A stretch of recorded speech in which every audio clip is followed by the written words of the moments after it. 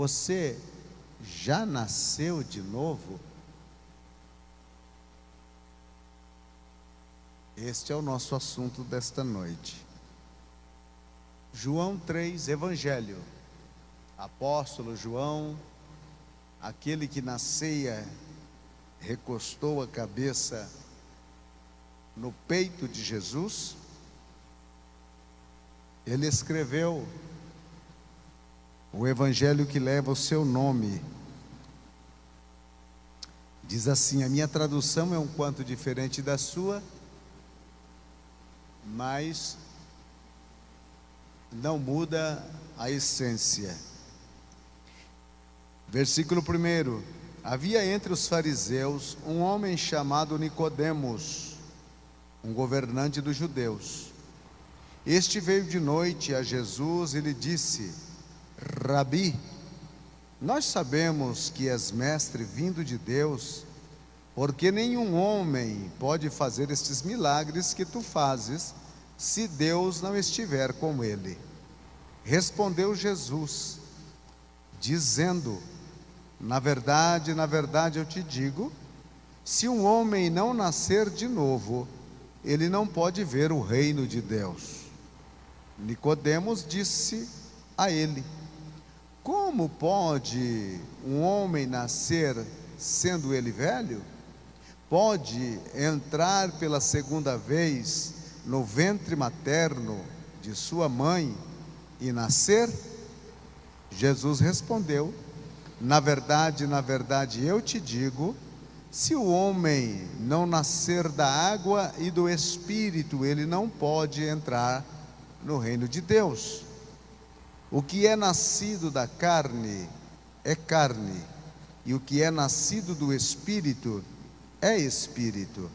Não te admires de eu ter haver dito, necessário vos é nascer de novo. O vento sopra onde quer, e tu ouves o seu som, mas não sabe de onde vem e para onde vai. Assim é todo aquele que é nascido do Espírito. Nicodemos respondeu e lhe disse: como pode ser estas coisas? Jesus respondeu e disse: tu és mestre em Israel e não entendes estas coisas? Na verdade te digo que nós falamos o que sabemos e testemunhamos o que temos visto, e não aceitais o nosso testemunho. Podeis sentar, meus irmãos. Graças a Deus por estarmos na casa do Senhor nosso Deus e termos a oportunidade de adorá-lo, como o fizemos neste período, exaltando o seu nome, glorificando o seu nome, principalmente todos os louvores que aqui foram apresentados, você pôde ter acompanhado e visto que o propósito é um só: exaltar o nome do nosso Deus, porque Ele é digno de toda adoração e de todo louvor. Uma das coisas mais extraordinárias que acontece no planeta é a chegada de um novo habitante aqui, tanto para os pais que os projetaram, como para toda a sociedade. Um novo cidadão, uma nova expectativa, novas esperanças, a alegria indizível no coração dos progenitores, algo que ultrapassa toda e qualquer explicação lógica para um coração, quando chega um novo habitante no planeta. Eu sei que todos que estamos aqui um dia fomos causadores desta alegria no coração de nossos pais. Por mais que não era o momento, como alguém dizia, ou foi um acidente, não estávamos preparados, porém, no final vira festa. alegria. E se é daquelas famílias tradicionais, eles gostam muito dessa alegria. Algumas famílias repetiram essa festança por 10 vezes, 12 vezes, 15 vezes, 18 vezes, 20 vezes. Pensa num povo que gosta de festa. Foram 20 filhos, 20 festas. A alegria, a felicidade. Interessante, meus irmãos, que o causar esta alegria no coração dos pais, também a sua chegada a este mundo causou uma grande alegria no coração de Deus. Porque antes mesmo dos seus pais te projetarem, ou te gerarem, Deus, na sua presciência, já havia feito um projeto de você. Aí você olha para você e muitas vezes você diz: mas eu sou fraco, sou falho, não consigo, não vou, não venho. Isso é o que você pensa de você. Mas se você pudesse, nesta noite, ouvir o que Deus pensa de você, você se assustaria. Porque você é uma criação especial do teu Deus. E não se esqueça disto. Não há neste planeta ninguém que se compare a você. Ninguém é igual a você. Ninguém tem as características que você tem. E ninguém tem habilidades especiais como você tem. Então você é um projeto especial de Deus.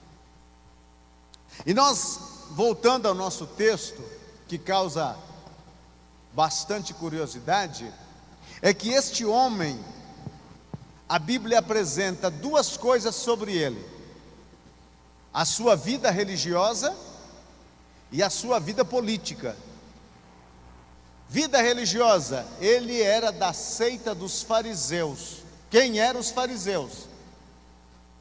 O judaísmo, ele se ramificou em algumas seitas, e duas delas eram as mais populares. Haviam pelo menos 3 populares, mas 2 se tornaram bastante populares. Havia os saduceus, e os saduceus eram conhecidos porque eles retinham o domínio sacerdotal. Eram eles, dentre eles, que eram colocado o sumo sacerdote na época de Jesus. 2 coisas que os saduceus não acreditavam. Primeiro, não acreditavam na ressurreição, e também não acreditavam na existência de anjos. Os saduceus. A outra ramificação do judaísmo eram os fariseus. Os fariseus eram conhecidos como a ramificação mais legalista de todo o judaísmo. Eles elevavam as coisas ao extremo. Por exemplo, quando eles estavam fazendo jejum, nem mesmo a saliva da boca eles tragavam. Eles jogavam fora.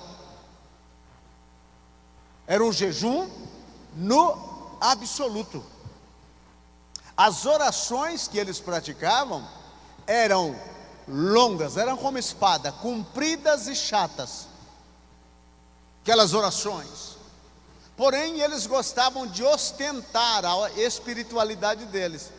Eles iam para as casas das viúvas, comia tudo que a viúva tinha, e para justificar, ficava lá orando. Estou orando aqui na casa da viúva. Porém, os fariseus acreditavam tanto na ressurreição, como também nos anjos. Este homem, religiosamente, ele era fariseu. Então ele tinha certo conhecimento bíblico, Antigo Testamento falando. Ele sabia, ele entendia, ele conhecia a Torá, a lei de Moisés.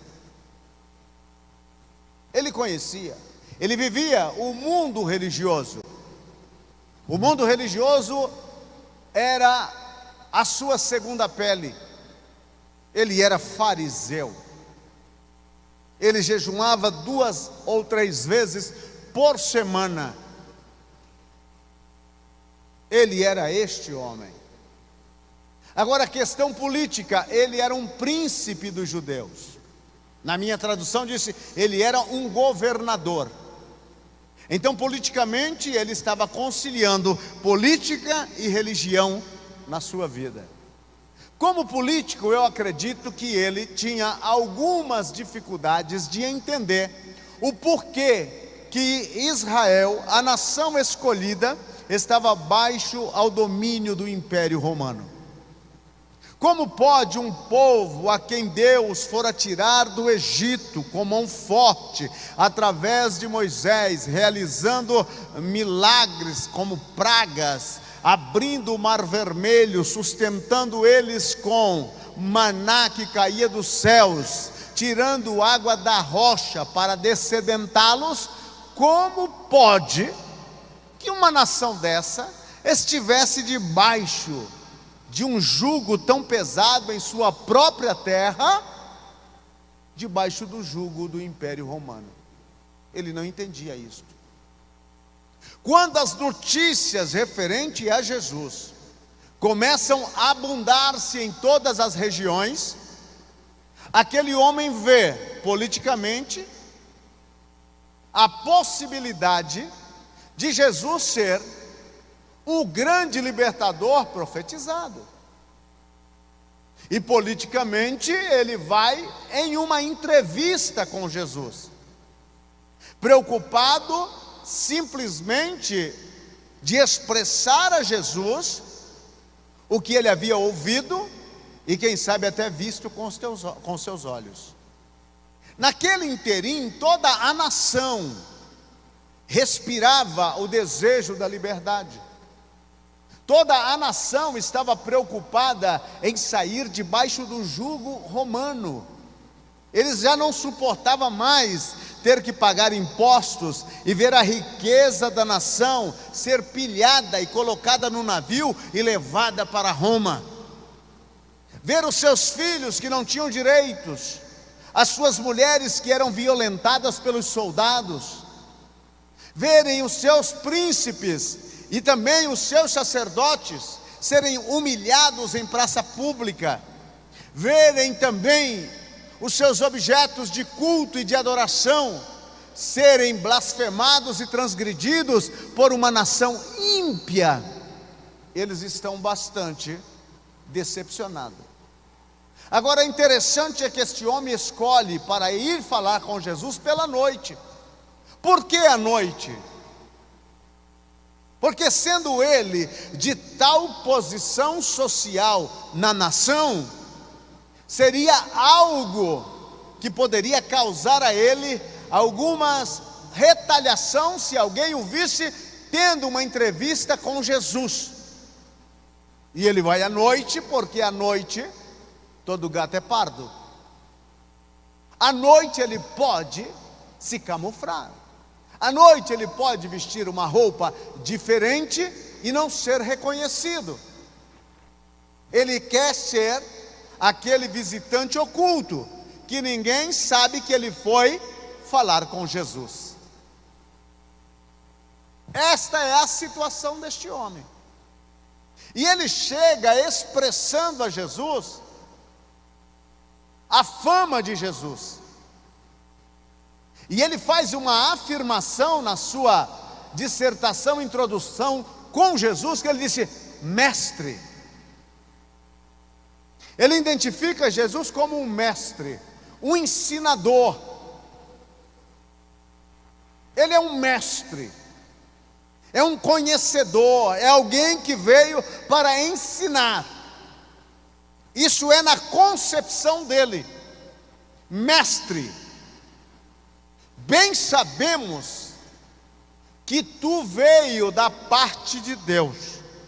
Então ele está dizendo: você é um mestre que veio de Deus. um mestre que veio de Jesus, de Deus. E ele disse: porque ninguém pode fazer os sinais que tu fazes. Ele deu uma olhada no panorama do Antigo Testamento e de todos aqueles que passaram, até pelo profeta Elias, e disse: ninguém pode fazer o que o Senhor está fazendo se Deus não for com ele. Primeiro, ele afirma que Jesus é mestre. Segundo, ele afirma que Jesus veio da parte de Deus. Terceiro, ele afirma que as obras que Jesus está fazendo têm procedência divina. Ele vai muito bem. Como uma introdução, ele consegue assimilar realmente o que Jesus estava fazendo. Porém, Jesus, em contrapartida, vai com uma palavra que o destrói.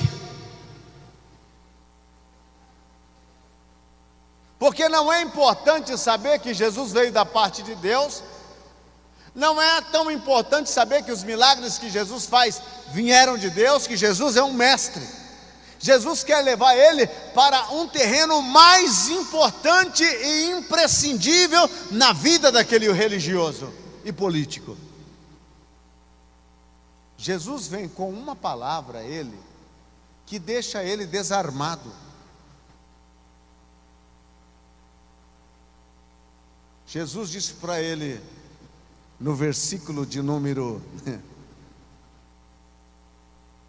3, respondeu-lhe Jesus dizendo: na verdade te digo, se o homem não nascer de novo, ele não pode ver o reino de Deus. Uau!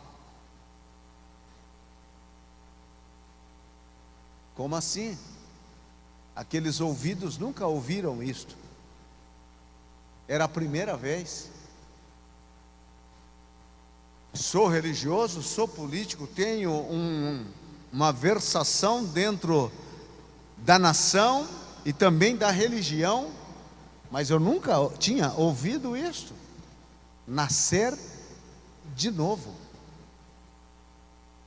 Jesus tira ele do terreno dele, do conforto dele, porque ele era um homem preparado para debater política, ele era um homem preparado para debater religião, mas ele não estava preparado para ser levado para o terreno espiritual, porque é muito fácil ser religioso e não ser salvo, ser político e não ser salvo. Aliás, ser político fica um pouquinho mais longe ainda para ser salvo.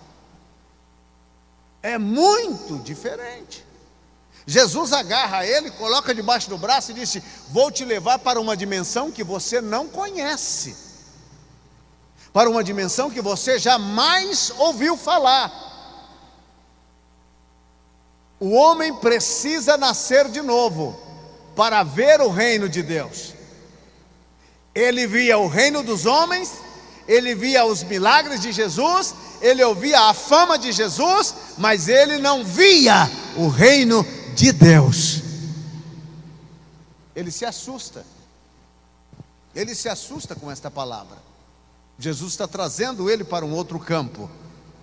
Aí então Nicodemos disse a ele, olha o versículo 4: como pode um homem nascer, sendo ele velho? Pode entrar pela segunda vez no ventre de sua mãe e nascer? Ele confunde. Ele está vivendo tanto o mundo natural que ele confunde o novo nascimento com o nascimento físico. Ele disse: como pode ser isso? Nunca ouvi isso. Isso nunca entrou nos meus ouvidos, nascer de novo. Aquele homem tinha por volta aí dos seus 70 para 80 anos. E ele diz: porventura, um homem adulto pode voltar no ventre da mãe e nascer de novo? É uma confusão. Ele não está entendendo. Jesus está falando de um nascimento diferente do nascimento natural. Porque o nascimento natural te deu a vida natural. Você já deve ter ouvido aquela palavra que disse natimorto. É quando o feto nasce morto. Ele nasceu morto. Espiritualmente, todos os seres humanos que vieram nessa terra vieram mortos. O que era vivo em nós? Alma e corpo, a vida natural. Quando Adão peca no jardim do Éden, a palavra de Deus foi uma só: Adão, não coma, porque o dia que você comer, certamente morrerás. Adão tinha vida espiritual e também tinha vida física e psique. Ele tinha isto. O grande problema de Adão foi que ele comeu o fruto e ele morreu. Não fisicamente, e nem a vida da consciência, mas a vida espiritual. E qual é a vida espiritual? É aquela vida de contato com Deus, de sede por Deus, de se aproximar de Deus, de invocar Deus como Pai e ter comunhão com Ele. Esta vida morreu. Agora a outra vida, a vida física, era questão de tempo.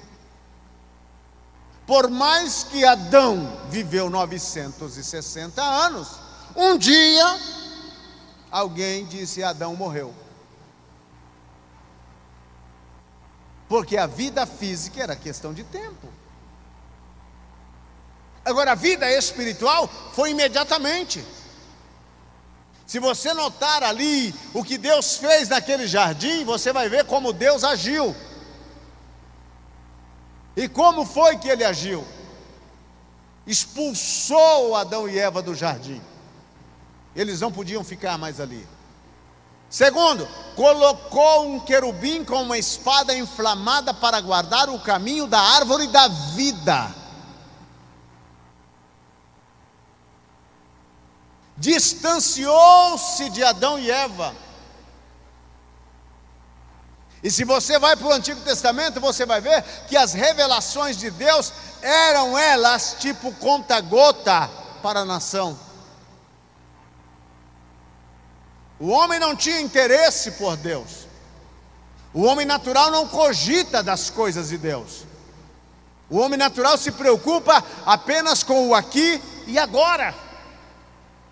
Ele não tem vida com Deus.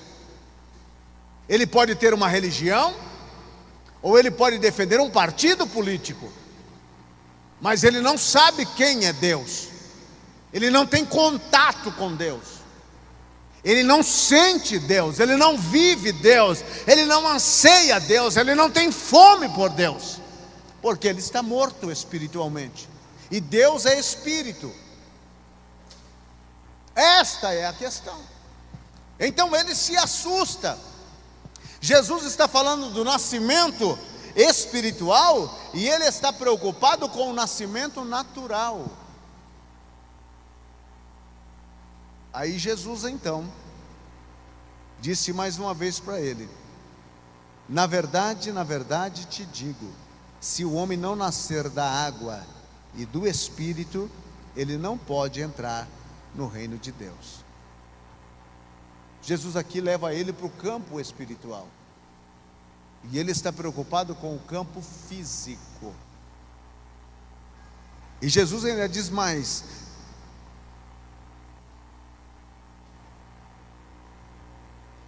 no versículo de número 6, o que é nascido da carne é carne. O que Jesus está dizendo, ele está respondendo a pergunta que Nicodemos diz: como pode ser isso? Pode porventura um homem sendo velho voltar ao ventre da sua mãe e de lá nascer? Jesus está dizendo: o que é nascido da carne é carne. Nasceu, é carne. Carne. Quando ele fala carne, a palavra sax, ele está dizendo que o corpo e todas as faculdades do corpo foram formados no ventre da mãe. Como um ser humano, no dia do seu nascimento você veio perfeito, mas em estado de morte. Espiritualmente você estava morto. ou está morto. Porque não é o fato de eu estar aderido a uma religião que me garante um novo nascimento. Não é o fato de eu estar até mesmo portando uma Bíblia, falando de uma Bíblia, que me dá a experiência do novo nascimento. Nós temos muita religião e pouco novo nascimento.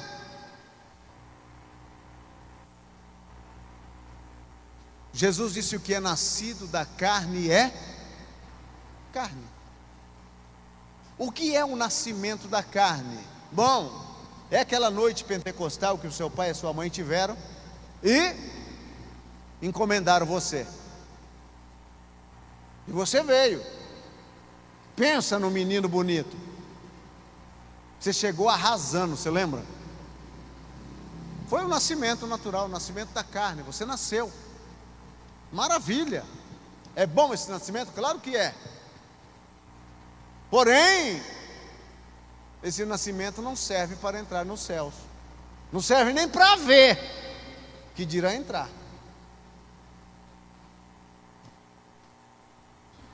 Então a confusão dele é essa: eu já nasci, eu estou aqui. Jesus disse: precisa passar por um outro nascimento, ter uma nova experiência. E Jesus disse: esse novo nascimento, ele é espiritual. E o que é nascer espiritualmente? É nascer do Espírito Santo. Como assim, pastor? Imagine se este príncipe, esse cabeção inchada, estava com dificuldade de entender. Imagine nós aqui, o afegão médio. Imagine nós. As dificuldades são maiores?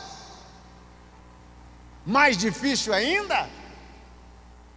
Mas na Bíblia Sagrada e a vida do novo nascimento, o importante não é entender, o importante é crer. Você crê para nascer de novo. Se você não crê, não tem novo nascimento. O que é mais fácil? É entender toda a doutrina ou crer na doutrina? Porque só torna realmente eficaz para a tua e para a minha vida quando eu creio. Quando eu creio. Na vida cristã é assim. Na vida do homem é: eu preciso ver para crer. É a teologia de Tomé. Mas na vida de Deus é: você precisa crer para ver. Na vida do homem, Tomé é o representante quando ele disse: se eu não ver os sinais na mão e não tocar no seu lado, de maneira nenhuma eu acredito. Esta é a vida do homem, ele precisa ver para crer. Na vida com Deus, você precisa crer para ver o resultado. Senhor, já cheira mal, já é de 4 dias. Marta, eu não te disse que se você crer, verás a glória de Deus? Então no reino de Deus, o que vem primeiro é crer, para que todo aquele que nele crê não se perda, mas tenha a vida eterna. Você precisa crer. Aquele homem estava com dificuldade porque ele não conseguia encontrar um ponto de apoio no entendimento dele para aquilo que ele estava ouvindo. A situação para ele estava difícil. E aí Jesus disse sobre a diferença entre nascer no nascimento natural e nascer no nascimento espiritual. E ele se assusta. Se estava ruim, piorou para ele. Ele aí disse, Jesus dizendo para ele: não te admires de eu te haver dito, necessário vos é nascer de novo. Jesus está falando de algo que é necessário, imprescindível. Sem isto não há salvação. Ele está dizendo: olha, se você não nascer de novo, você pode ser príncipe em Israel, você pode ser político, você pode ser religioso, você pode ser escambau de bico, mas se você não nascer de novo, não há céus para você. Ele se assustou. Como assim? Como assim? A situação para ele está se tornando mais complicada. Jesus disse: é necessário. Você já nasceu fisicamente, através do seu papai e sua mamãe. Agora você precisa nascer do Espírito Santo. Você precisa nascer de novo. Há uma vida que precisa nascer em você, Nicodemos. Qual é essa vida? A vida espiritual. Deus é Espírito. E quando você nasce de novo na vida espiritual, você consegue contactar com Deus, que é Espírito. A vida natural não tem condições de contactar com Deus, porque ela vive dentro da lei da carne, do pecado e da maldade. Aliás, irmãos, o pecado destruiu a gente. O pecado acabou com a gente. O pecado é algo terrível. Se existe uma coisa que destruiu a gente desde o início da nossa raça, é algo chamado pecado. Vou dar a vocês somente algumas pinceladas. Adão e Eva pecou. Vocês não viram eles ganhando qualquer vantagem nisso. Aliás, eles só foram perdendo. Foram só perdendo. Caim matou Abel, e você não vê nenhuma vantagem de Caim ter matado o irmão dele. E a coisa foi desengringolando, como disse aí o gringo, de uma tal forma que Deus precisou destruir todos os seres viventes por um dilúvio. Deus disse: me arrependo de ter feito o homem. Ele só vive em pecado, em maldade. Vou destruir todos. E destruiu. Acabou com tudo. Apenas sobrou Noé, sua esposa, 3 filhos e 3 noras, para recomeçar. Recomeçou. Foi bom o recomeço? Não. Porque por mais que Noé foi salvo das águas do dilúvio, Noé trouxe com ele a semente do pecado, que começou no jardim do Éden. E quando ele chega na nova terra, ele faz logo um culto a Deus. Faz um sacrifício, um altar, está tudo beleza. Mas não passa alguns dias, lá está o velhinho fazendo o que não devia fazer. Ele plantou uma vinha, fez vinho e chapou o coco. Bebeu e ficou peladão lá dentro da casa.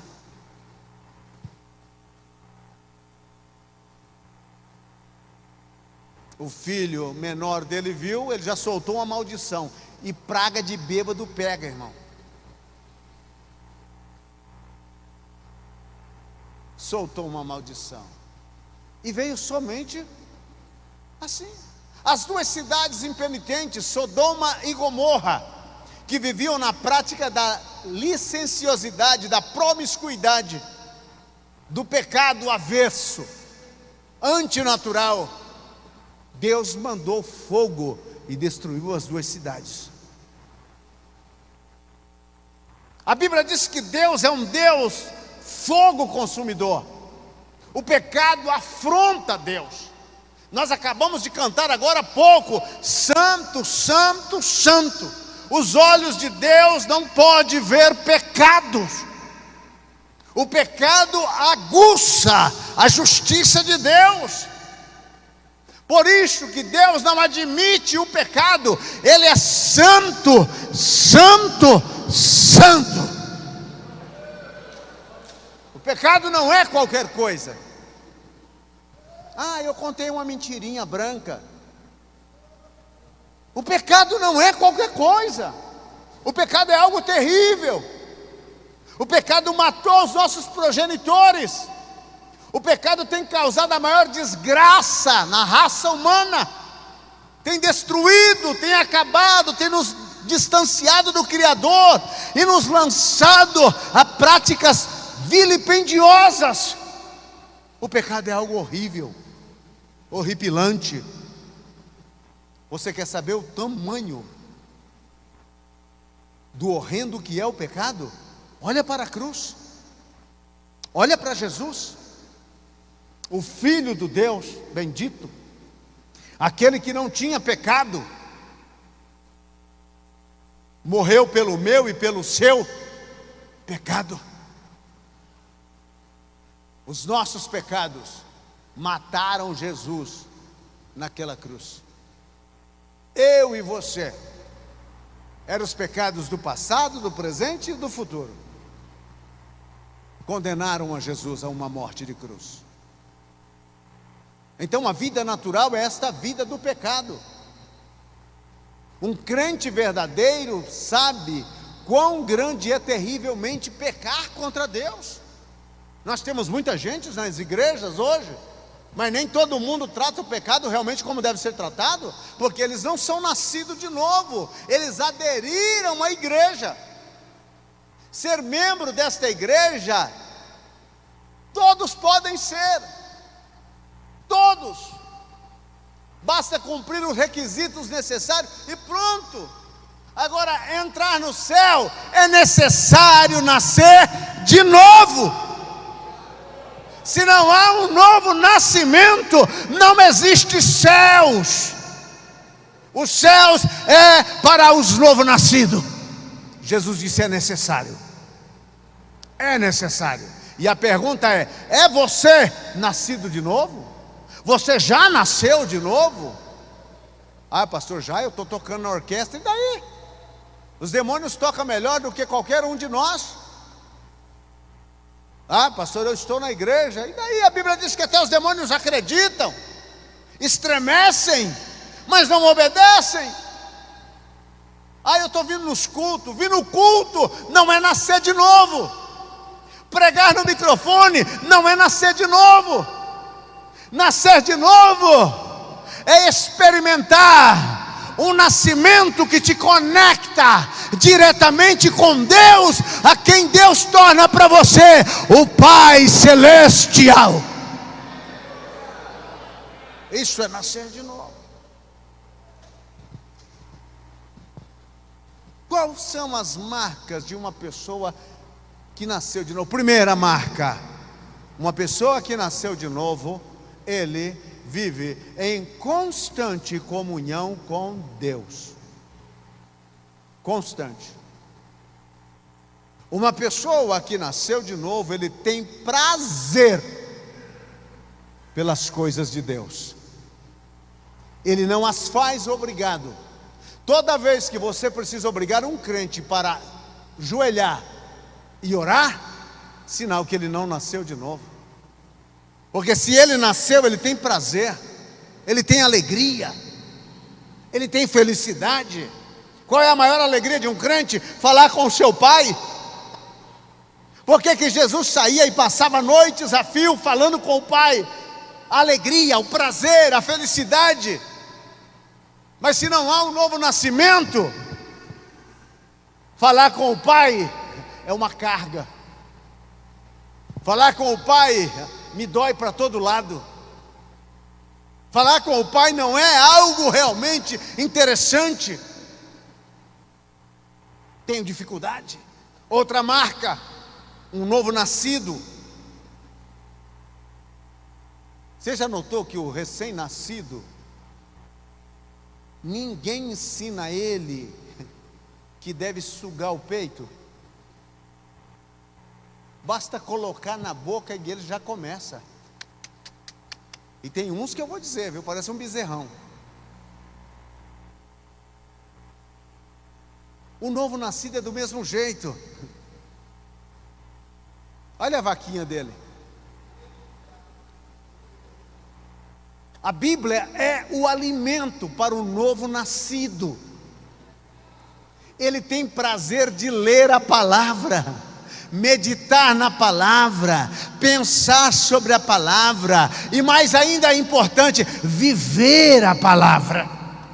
aplicá-la na vida para melhor viver com Deus. Quanto mais santo você viver, mais próximo de Deus você andará. Mas são uns novos nascimentos que morreram, porque não lê Bíblia, não estuda a Bíblia, não medita na Bíblia. Como é que pode viver um recém-nascido sem se alimentar? Estão mortos. Estão mortos. 365 horas por dia no celular, fala de tudo e de todos, só não Bíblia. Só não Bíblia. Por que Bíblia? Por que eu tenho que ler a Bíblia, pastor? Onde já se viu? Aí o novo nascido já dá uma olhada assim e fala: mas é muito grande o livro, pastor. Meu amigo, quanto maior a teta, mais tem leite.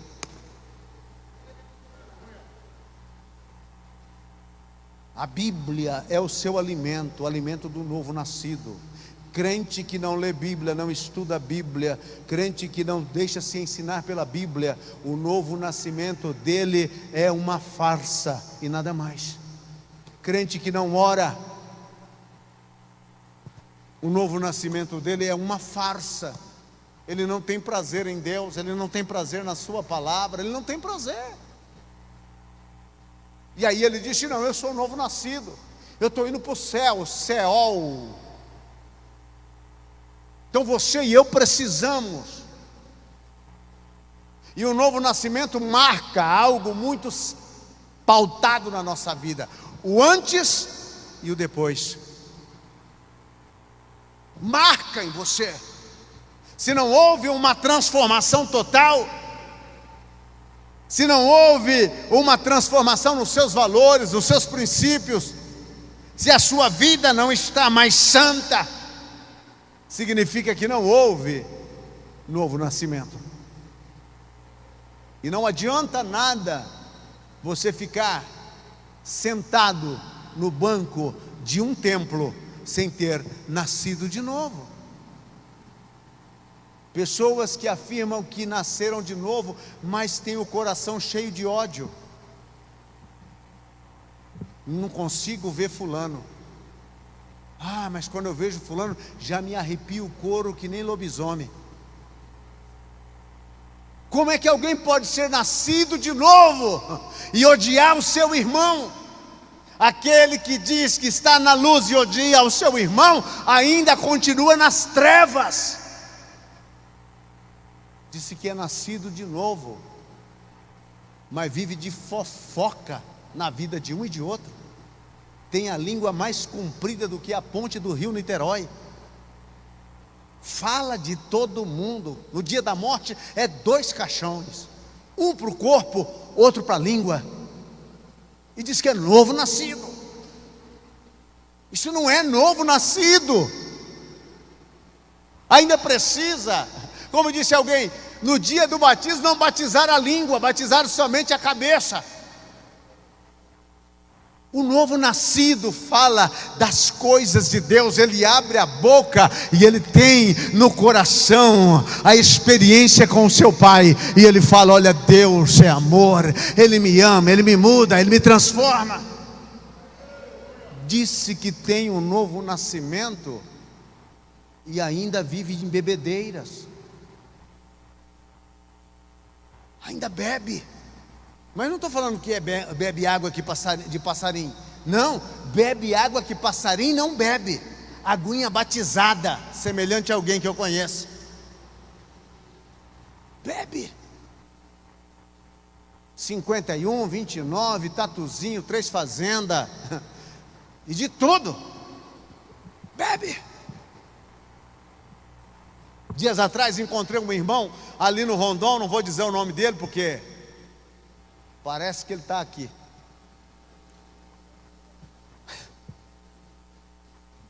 E no carrinho dele, o litrão, chapinha. Quando ele me viu, o demônio pegou ele. Pastor, o senhor por aqui? E aí vai escondendo o carrinho. Eu disse: irmão, a única que usa chapinha lá em casa é minha esposa. Ele disse: não, pastor, é que eu comprei uma carne dura e fiquei sabendo que se colocar um pouquinho amolece. Falei: é? Amolece quem? A carne ou você? Mas o senhor acha que é pecado? Eu acho. Ah, eu vou devolver, pastor, eu vou devolver. Não, fica tranquilo, se você quiser levar não tem problema. Não, não, pastor, eu vou devolver, porque eu tenho certeza que num sermão do senhor o senhor vai falar. E eu estou falando hoje.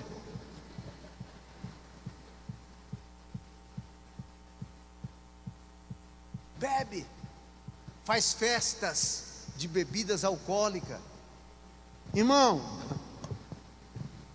você não precisa dar conta da sua vida para mim, e nem eu da minha para você. Não fui eu que morri na cruz por você. Eu só estou dizendo a você e a mim que se a gente não nascer de novo,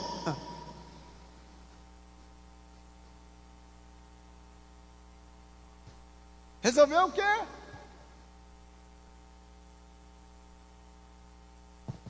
Jesus disse: é necessário nascer de novo. O novo nascido não vive envolvido nessas coisas. Ele sabe que quer viver para agradar ao seu Pai Celestial. E aí Jesus disse para ele, já partindo aqui para o encerramento, versículo 9: Nicodemos respondeu e lhe disse: como pode ser estas coisas? Como é que pode ser isso? Aí Jesus disse: tu és mestre em Israel e não entendes estas coisas? Em outra palavra, ele chegou dizendo para Jesus que Jesus era mestre. Jesus agora está devolvendo, dizendo a ele: você é mestre, você vive ensinando as pessoas, mas não ensina as pessoas realmente o que elas precisam serem ensinadas. Você não sabe isso. Por que que você não sabe isso? Porque você não experimentou. Você ainda continua no seu nascimento natural. Você não sabe o que é o nascimento espiritual. Você ainda não leu o livro do profeta Ezequiel, que disse: e tirarei o coração de pedra, e lhes colocarei um coração de carne, darei um coração novo. Eles não tinham entendido isto. Jesus continua: na verdade, eu te digo que nós falamos o que sabemos e testemunhamos o que temos visto. Eu estou falando o que eu sei. Eu estou testemunhando o que eu tenho visto. Mas o pior é que vocês não aceitam nem a minha palavra e nem o meu testemunho. Este é o problema. Se vocês crescem na minha palavra, no meu testemunho, nasceriam todos de novo. Mas como vocês não aceitam e não creem no meu testemunho, continua nesta vida de pecado. Aí então Jesus continua dizendo: se eu vos falei de coisas terrenas. Como assim coisas terrenas? O novo nascimento é coisa terrena? É. Por quê? Porque acontece aqui na terra. Se eu estou falando com vocês como coisas terrenas e não entende, imagine se eu abrir a boca aqui e começar a falar das coisas celestiais. Jesus está dizendo: olha, meu filho, se eu estou te falando de coisas que passam aqui na terra e você não está entendendo, imagine se eu falar para você das coisas que se passam nos céus. Aí você vai ficar mais doido ainda. Irmãos, você já imaginou o que acontece nos céus? Olha, antes que houvesse o universo, Deus já existia. Já existia. Antes que houvesse o próprio céus, Deus já existia. A origem dos céus está em Deus, como a origem do universo também. Eu não sei o que eles conversam lá, mas a gente não entende nem o que passa aqui. Você já olhou para a folha de uma árvore? A complexidade que é uma folha. Olha para uma folha e você vai ficar assustado só de olhar para ela. A água que você bebe, você já analisou essa água? Não estou falando da Samar, porque se você analisar da Samar, você está morto. Mas a água que você bebe, a composição da água, você olha para ela e você diz: poxa, eu preciso disto para viver. Olha para os céus, olha para o mar, para as montanhas, para as árvores, olha para os pássaros voando, olha para tudo que se move nessa terra. São coisas esplendorosas. Cientistas dobram-se anos e anos tentando descobrir uma só fórmula daquilo que foi criado. E Jesus disse: se eu abrir a boca e começar a te falar de coisa dos céus, você se assusta. Na terra você não entende. E se eu falar das coisas dos céus? Aí vem qualquer cabeção aí dizendo para você e mim que o homem veio do macaco. Veio ele lá do macaco. O macaco não consegue, como disse o Suassuna, ele não consegue fazer nem sequer um pegador de roupa, que é uma coisa simples. Conhece aquele pegador de roupa que as mulheres utilizam quando colocam a roupa no varal? Pede para o macaco fazer aquilo, ou entrega na mão do macaco um pegador de roupa daquele desmontado e fala para ele: monta.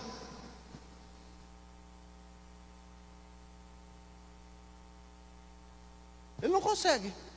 Mas qualquer ser humano, por mais desprovisto de QI, ele consegue montar um pegador de roupa, porque ele é diferente.